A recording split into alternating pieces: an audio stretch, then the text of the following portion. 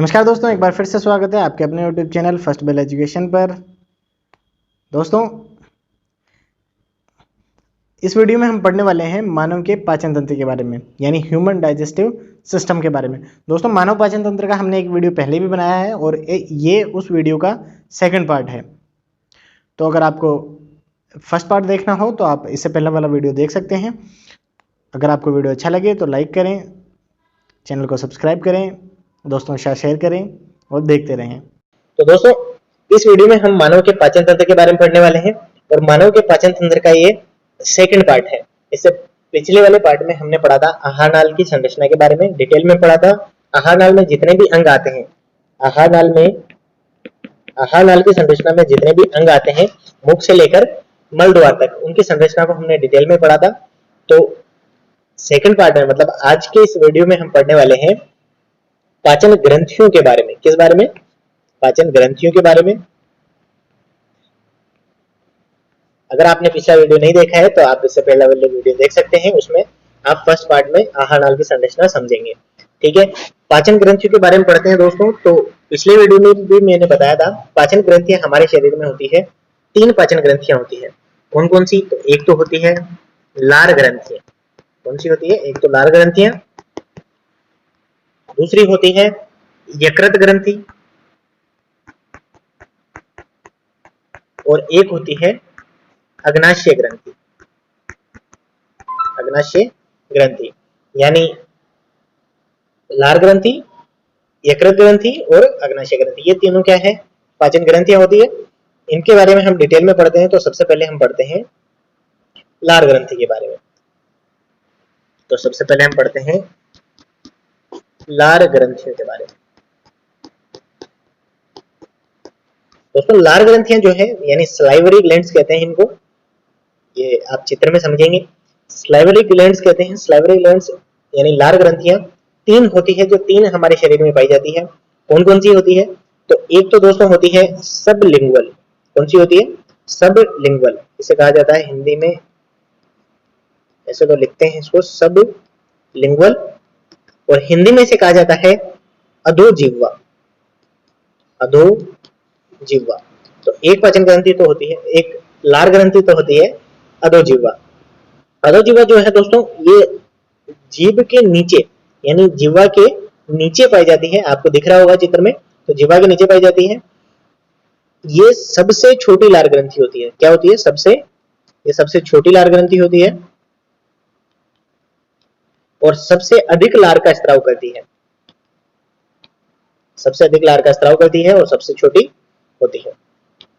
ठीक है, दूसरी जो लार ग्रंथि है वो होती है सबमेंडिबुलर। सबमेंडिबुलर यानी अधोजंब। अधोजंब।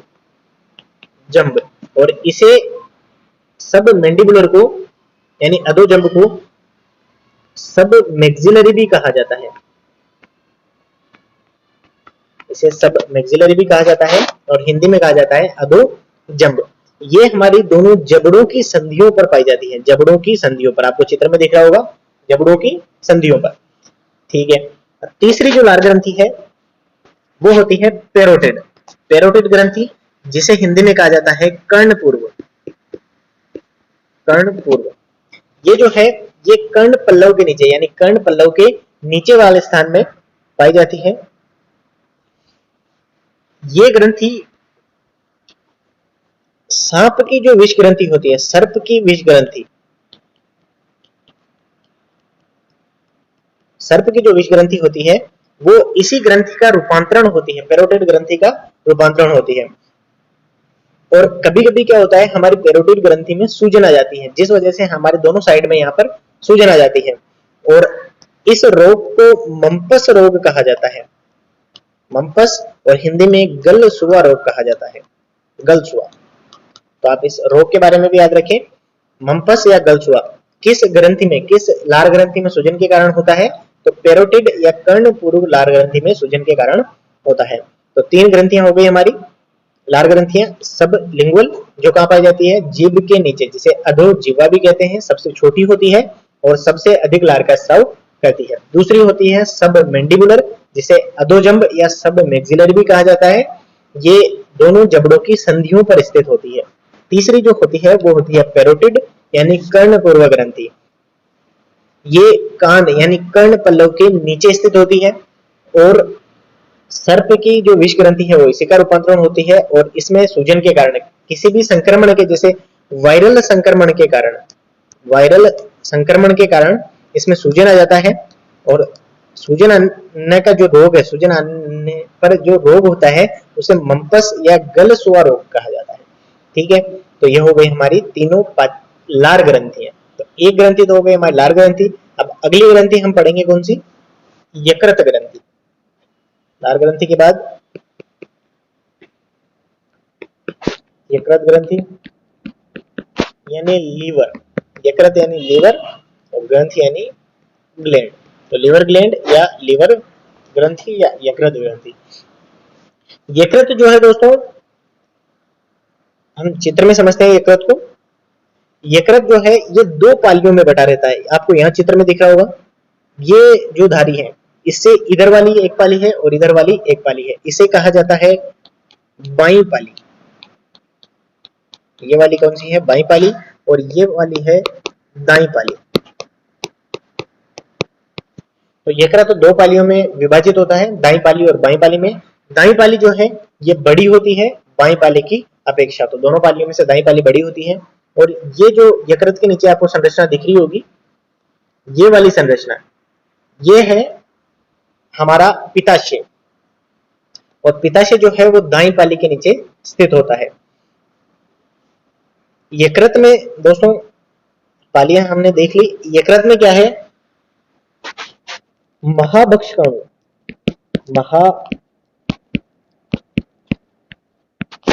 महाभक्षकाणु यानी कुफर कोशिकाएं, कुफर कोशिकाएं पाई जाती है। ये भी आप याद रखें, यकृत में महाभक्षकाणु कोशिकाएं या कुफर कोशिकाएं पाई जाती है जो रोगाणुओं से हमारी रक्षा करती है, रोगाणुओं से हमारी रक्षा करती है, रोगाणुओं का भक्षण करती है ये। इसीलिए इन्हें क्या कहा जाता है? महाभक्षकाणु या कुफर कोशिकाएं कहा जाता है। ठीक है, यकृत दो पालियों में बटा होता है, दाई पाली और by Pali. Dai Pali by पाली की अपेक्षा बड़ी होती है और जो हमारा पित्ताशय है वो दाई पाली के नीचे स्थित होता है। यकृत में ये वाली जो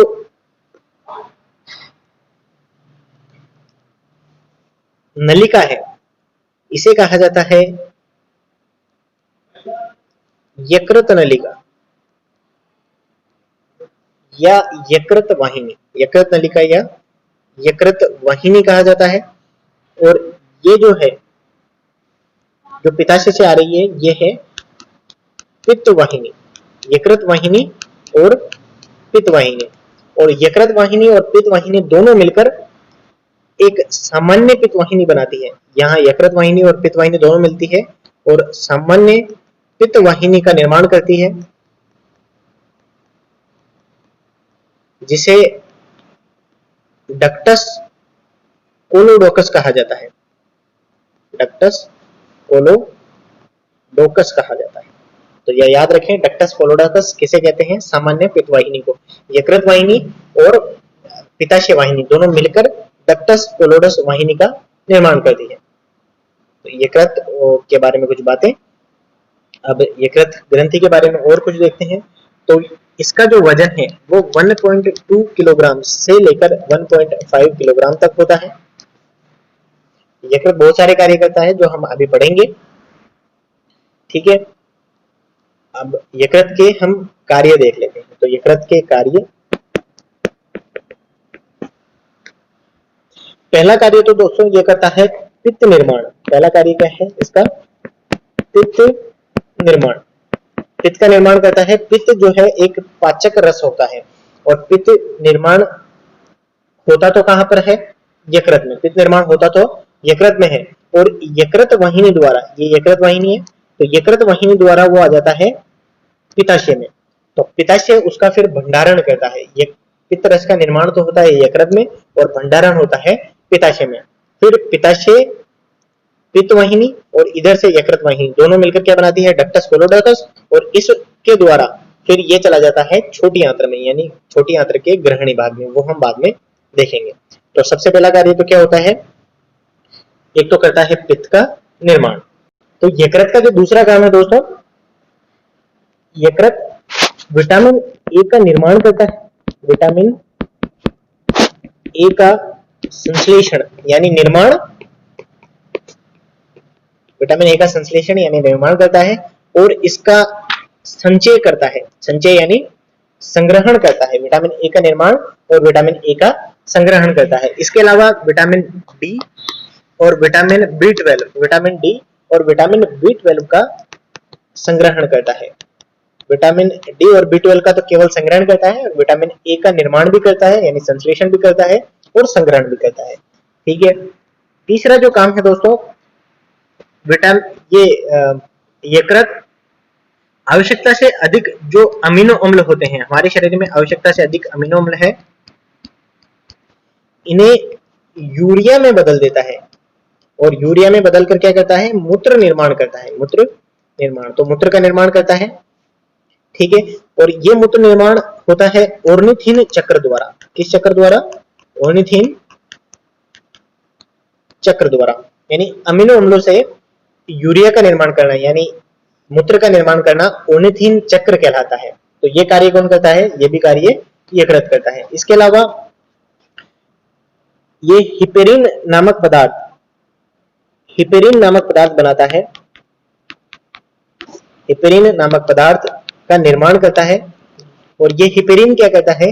हिपेरिन हमारी रक्त नलिकाओं में रक्त को जमने से रोकता है, रक्त का थक्का बनने से, रक्त का क्या थक्का बनने से रोकता है। हमारी मतलब रक्त वाहिनियों में अंदर ही, हमारे शरीर के अंदर ही रक्त जम ना जाए, रक्त का थक्का नहीं बन जाए, तो उससे रोकता है हिपेरिन। तो इसका निर्माण भी कौन करता है? इसका निर्माण भी करता है हमारा यकृत। अगला जो कार्य है यकृत का दोस्तों, वो होता है ये प्रोथ्रोम्बिन और फाइब्रिनोजन, फाइब्रिनोजन, प्रोथ्रोम्बिन और फाइब्रिनोजन, इन दोनों पदार्थों का निर्माण करता है। ये दोनों क्या होते हैं? प्रोटीन होते हैं। ये दोनों प्रोटीन है, इन प्रोटीन्स का ये निर्माण करता है, और ये दोनों रक्त का थक्का बनाने में सहायक होते हैं। जब हमारे कई शरीर में चोट लग जाती है और रक्त बाहर निकलने लग जाता है रक्त वाहिनियों से, तो वहां पर रक्त का थक्का बनाने में मदद करते हैं प्रोथ्रोम्बिन और फाइब्रिनोजन प्रोटीन। तो इनका निर्माण भी करता है यकृत। इसके अलावा दोस्तों यकृत जो है, जब हम भ्रूण अवस्था में होते हैं यानी मां के पेट में होते हैं, तो भ्रूण अवस्था में यकृत जो है वो रक्त का निर्माण करता है। यकृत रक्त का निर्माण करता है। भ्रूण अवस्था में जो हमारे शरीर में रक्त का निर्माण होता है, भ्रूण में रक्त का निर्माण होता है, उसका निर्माण करता है यकृत। तो ये काम हो गए। इसके अलावा देखो दोस्तों, इसको हम बाद में देखेंगे। तो इन सब के अलावा दोस्तों जो है यकृत हमारा वो 3 कार्य और करता है, और ये तीनों कार्य क्या है दोस्तों, इनके नाम एक जैसे हैं तो थोड़ा कंफ्यूजन हो जाता है, इनको आप ढंग से याद कर लें। तो एक काम होता है ग्लाइकोजेनेसिस,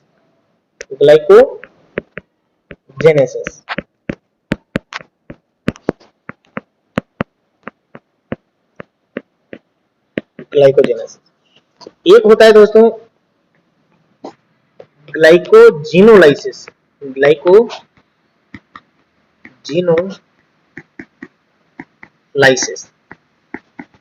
और एक कार्य होता है दोस्तों ग्लूकोनियोजेनेसिस,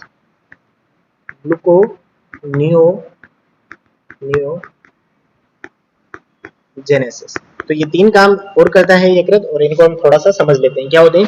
तो ग्लाइकोजेनेसिस तो क्या होता है दोस्तों? ग्लाइकोजेनेसिस कभी कभी हम क्या करते हैं दोस्तों, जो भोजन करते हैं उसमें हमें आवश्यकता से अधिक ग्लूकोज प्राप्त होता है, मतलब आवश्यकता से अधिक हम ग्लूकोज खा लेते हैं। तो उस आवश्यकता से अधिक ग्लूकोज को यकृत क्या करता है? आवश्यकता से अधिक जो ग्लूकोज होता है उसे यकृत ग्लाइकोजन में बदल देता है। किसमें? ग्लाइकोजन में बदल देता है, और ग्लाइकोजन में बदलकर संग्रहित या संचित कर लेता है। तो ये क्रिया मतलब ग्लूकोज का ग्लाइकोजन में बदलने की जो क्रिया है, किसके द्वारा? यकृत के द्वारा। क्या कहलाती है? ग्लाइकोजेनेसिस कहलाती है। ठीक है।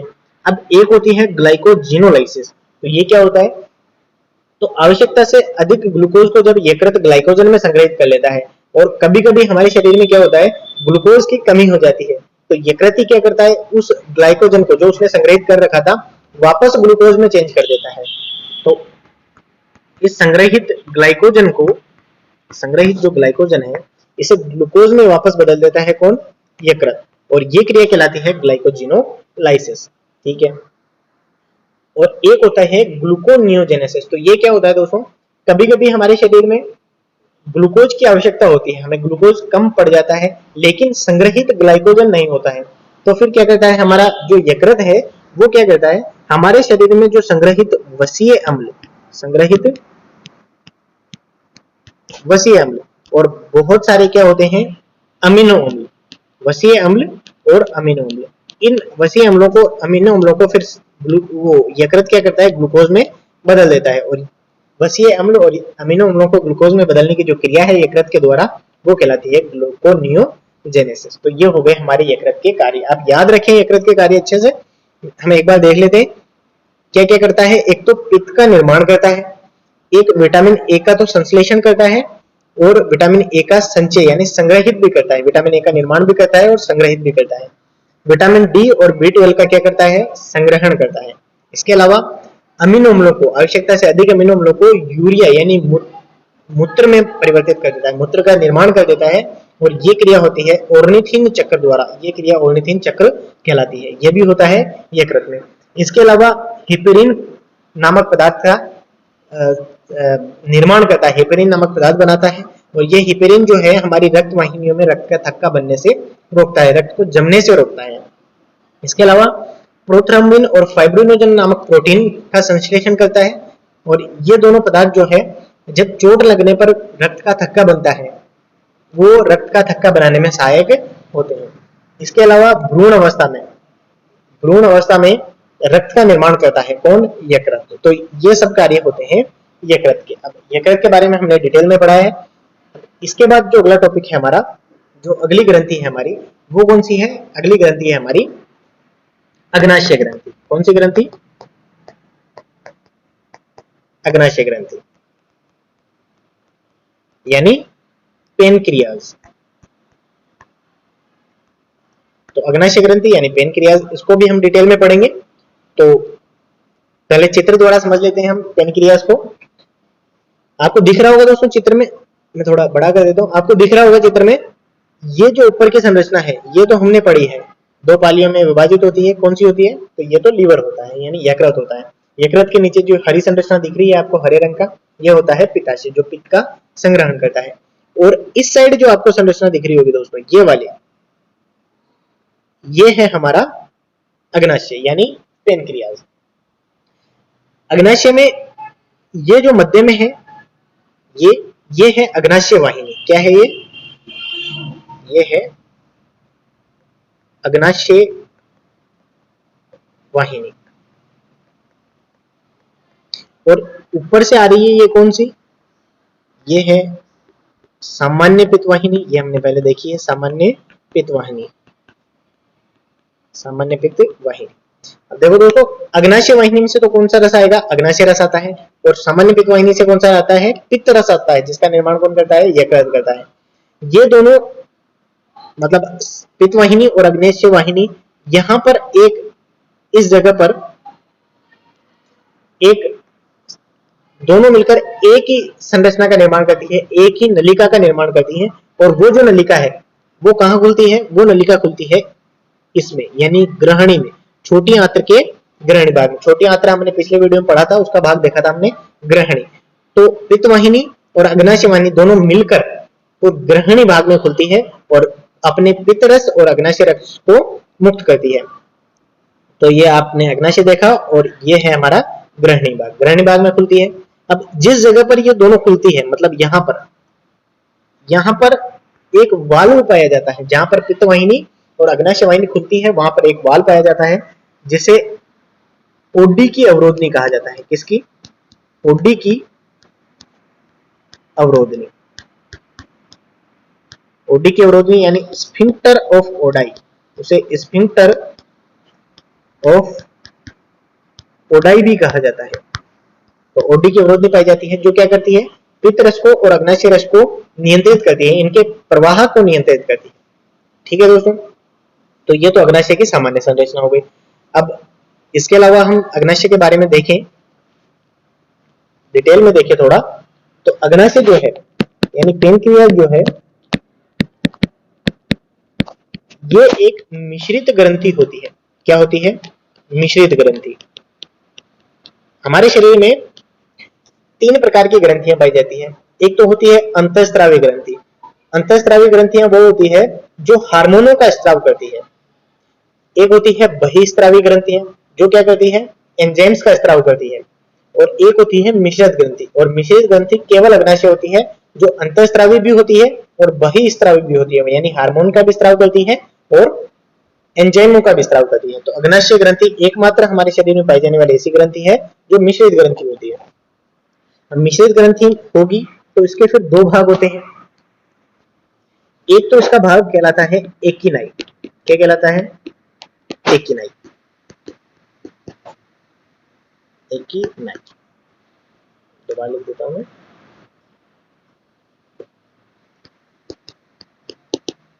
तो एक तो भाग होता है इसका एकिनाई, और एक जो भाग है इसका होता है लेंगरहैंस की द्वीपिकाएं। लेंगरहैंस की द्वीपिकाएं। तो ये 2 भाग होते हैं, एकिनाई और लेंगरहैंस की द्वीपिकाएं। जो एकिनी भाग है, एकिनाई या एकिनी भाग है, ये तो होता है हमारा बहिस्रावी भाग। बहिस्रावी भाग, तो बहिस्रावी भाग है, इसीलिए जो एंजाइम अग्नाशय रस द्वारा स्रावित किए जाते हैं, मतलब अग्नाशय द्वारा, अग्नाशय रस में जो एंजाइम स्रावित किए जाते हैं वो किए जाते हैं एकिनाई द्वारा। ठीक है, तो एकिनाई बहिस्रावी भाग होता है जो अग्नाशय रस का स्राव करता है। और एक होती है लेंगरहैंस की द्वीपिकाएं, ये अंतःस्रावी होती है। एकिनाई होते हैं बहिस्रावी और लेंगरहैंस की द्वीपिकाएं होती है अंतःस्रावी। ये करती है हार्मोनों का स्राव, बहुत सारे हार्मोनों का स्राव करती है। जब हम अंतःस्रावी तंत्र पढ़ेंगे तो उसमें हम इसको डिटेल में पढ़ेंगे। इसकी 3 कोशिकाएं होती है, लेंगरहैंस की द्वीपिका में भी 3 कोशिकाएं पाई जाती है। एक तो होती है अल्फा कोशिकाएं, एक होती है बीटा कोशिकाएं,